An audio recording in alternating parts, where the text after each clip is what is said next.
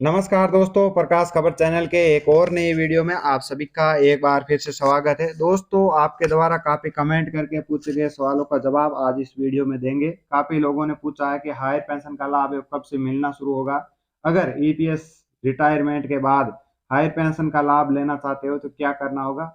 अगर सैलरी 15,000 रुपये से कम है तो क्या करें।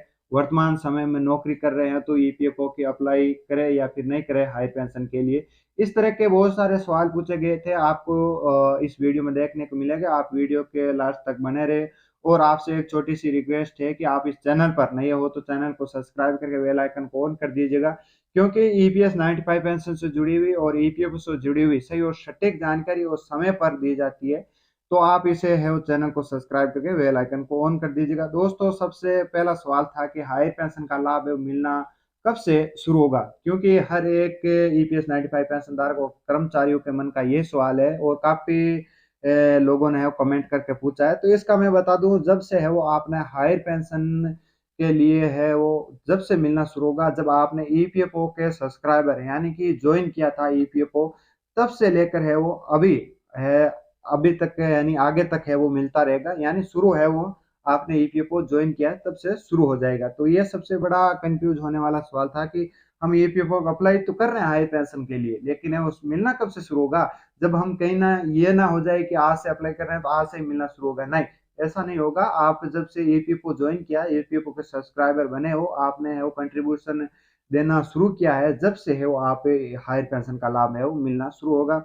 और अगला सवाल ये था कि यदि ईपीएस रिटायरमेंट के बाद है वो हायर पेंशन के लिए क्या करना चाहिए। तो ईपीएस रिटायरमेंट के लिए कर्मचारी भविष्य निधि संगठन सुप्रीम कोर्ट के फैसले के मुताबिक के 2022 की गाइडलाइन अनुसार तो इनको है वो ईपीएस रिटायरमेंट के बाद है वो हायर पेंशन मिलनी चाहिए। लेकिन ईपीएस पेंशन धारकों को अभी तक ईपीएफओ के द्वारा कोई भी ऐसी नोटिस या सूचना नहीं दी गई है, जिसके कारण है वो ईपीएफओ को सुनवाई नहीं कर रहा है और ईपीएस 95 पेंशन धारक काफी परेशान है।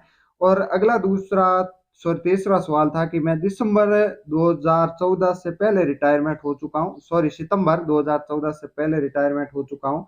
तो इसका जवाब है दोस्तों, अगर आप सितंबर 2014 से पहले रिटायरमेंट हो तो आप इस स्कीम का फायदा यानी हायर पेंशन का लाभ तभी मिलेगा जब आपने हायर पेंशन के लिए आवेदन किया हो। तो आपने वो ईपीएफओ का हायर पेंशन के लिए आपने अप्लाई किया है और ईपीएफओ ने मजबूरी दे दी है, यानी कि स्वीकार कर लिया गया है कि इनको फॉर्म मिलना पेंशन मिलनी चाहिए या नहीं मिलनी चाहिए। तो अगर आपका आवेदन है ईपीएफओ खारिज कर देता है तो आपको इसका लाभ है वो नहीं मिल सकता। यदि आपका ईपीएफओ खारिज कर देता है तो आप अभी भी है वो इसका है दूसरी बार आवेदन कर सकते हो। तो चौथा सवाल अगला था, कमेंट करके पूछा गया कि मैं सितंबर 2014 में रिटायरमेंट बाद में हुआ हूं तो मुझे अप्लाई करना चाहिए या फिर नहीं करना चाहिए। तो इसका लिए आप अप्लाई करना चाहिए, क्योंकि सुप्रीम कोर्ट के फैसले के कहीं भी इस बात को साफ जिक्र नहीं किया गया कि 1 सितंबर 2014 से 4 नवंबर 2014 के बीच जो रिटायरमेंट हुए उन्हें है वो हायर पेंशन पाने योग्य नहीं है। ऐसी कहीं पर भी ऐसे सर्कुलर में या फिर सुप्रीम कोर्ट ने कहीं पर भी ऐसा नहीं कहा कि आप है वो इस 1 सितंबर 2014 से 4 नवंबर 2014 के बाद बीच वालों को पेंशन नहीं मिलेगी। मिलेगी, आप आवेदन को अप्लाई कीजिए, क्यों नहीं मिलेगी, मिलनी चाहिए आपको भी। और यदि आप आवेदन किया है तो 20 फरवरी के बाद में यदि आपने आवेदन किया है तो ईपीएफओ खारिज भी कर देता है।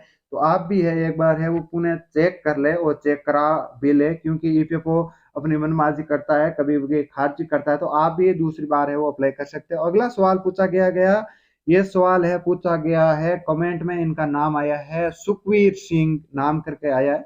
यदि मैं वर्तमान में नौकरी कर रहा हूं तो क्या मैं अप्लाई करूं या फिर हायर पेंशन के लिए या नहीं करूं। तो इसका जवाब है, यदि कर्मचारी भविष्य निधि यानी ईपीएफओ के सदस्य 2014 से पहले बन चुके हो आप सुखवीर जी, तो आप है वो नौकरी भी कर रहे हो तो आपको है पेंशन स्कीम की है वो सुविधा तो मिलनी चाहिए। लेकिन ये आवेदन कर देना चाहिए, क्योंकि एक दो बार है वो पुनः चेक कर ले और ईपीएफओ को खारिज भी कर देता है।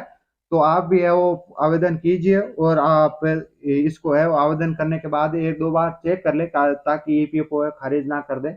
क्यों ना आवेदन करना चाहिए, कभी कभी ईपीएफओ नहीं कहता है और आपको पेंशन, हायर पेंशन का लाभ मिल भी सकता है। अगला सवाल कमेंट में पूछा गया कि अगर सैलरी 15,000 रुपए से कम है तो क्या करें। इसका जवाब है सुप्रीम कोर्ट के फैसले का कोई भी असर उन कर्मचारियों पर नहीं पड़ेगा जिनकी सैलरी 15,000 रुपए से कम है। लेकिन अब सवाल ये है कि अगर मान लो कि कर्मचारी की सैलरी सितंबर 2014 से पहले 15,000 से कम थी और इसके बाद में बढ़ गई है, तो हायर पेंशन का लाभ है वो उठा सकता है दोस्तों। तो इसका सीधा जवाब है कि हायर पेंशन का स्वाब कर्मचारियों को मिलना चाहिए, लेकिन सुप्रीम कोर्ट है इसको ना कह रहा अभी तक।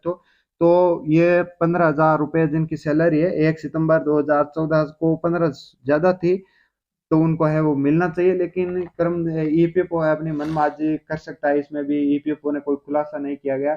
अगला सवाल पूछा गया था, इसे आप ध्यान से सुनना। अगर आप हायर पेंशन वाली स्कीम चुनना चाहते हैं, यानी आवेदन किया है और हायर पेंशन के लिए, तो सैलरी कटेगी या फिर नहीं कटेगी, यानी कि आपके 15,000 रुपए है जो कंट्रीब्यूशन करता है, उसके अलावा आपके सैलरी से कोई भी चार्ज कटेगा या फिर नहीं कटेगा। ये क्योंकि ईपीएस 95 पेंशन धारकों को काफी कंफ्यूज रहता है और काफी परेशान भी रहता है जब ज्यादा पैसे काट लेता है। तो ईपीएफओ ने इसी प्रकार का कोई भी अभी तक नहीं कहा है और नहीं कटना चाहिए, क्योंकि ईपीएफओ है वो ज्यादा पैसे नहीं काटता सैलरी में से। यदि 15,000 रुपए का कंट्रीब्यूशन का बोला है तो 15,000 रुपए काटता है, तो इससे पहले 5,000 रुपए से 6,500 रुपए कंट्रीब्यूशन था, तो वो इतने काटता था, ज्यादा नहीं काटता था। तो आप हायर पेंशन के लिए लाभ लेना चाहते हो तो आप अप्लाई कर सकते हो। इस प्रकार के काफी सारे ईपीएस 95 पेंशन धारकों के एक ही जैसे है वो कमेंट में सवाल पूछे गए थे, उनका है वो जवाब वीडियो बनाकर देना पड़ा। और मैं ज्यादातर काफी कमेंटों का सवाल है वो कमेंट बॉक्स में ही उनको रिप्लाई मैं दे देता हूँ। तो आपको ये वीडियो कैसा लगा, वीडियो पसंद आया है तो वीडियो को लाइक करके और ईपीएस 95 पेंशन धारकों के साथ शेयर जरूर कर दीजिएगा। और यदि आप इस चैनल पर नए हो तो चैनल को सब्सक्राइब करके बेल आइकन को ऑन कर दीजिएगा। मिलते हैं एक नए वीडियो नए अपडेट के साथ, तब तक के लिए जय हिंद, जय भारत, वंदे मातरम दोस्तों।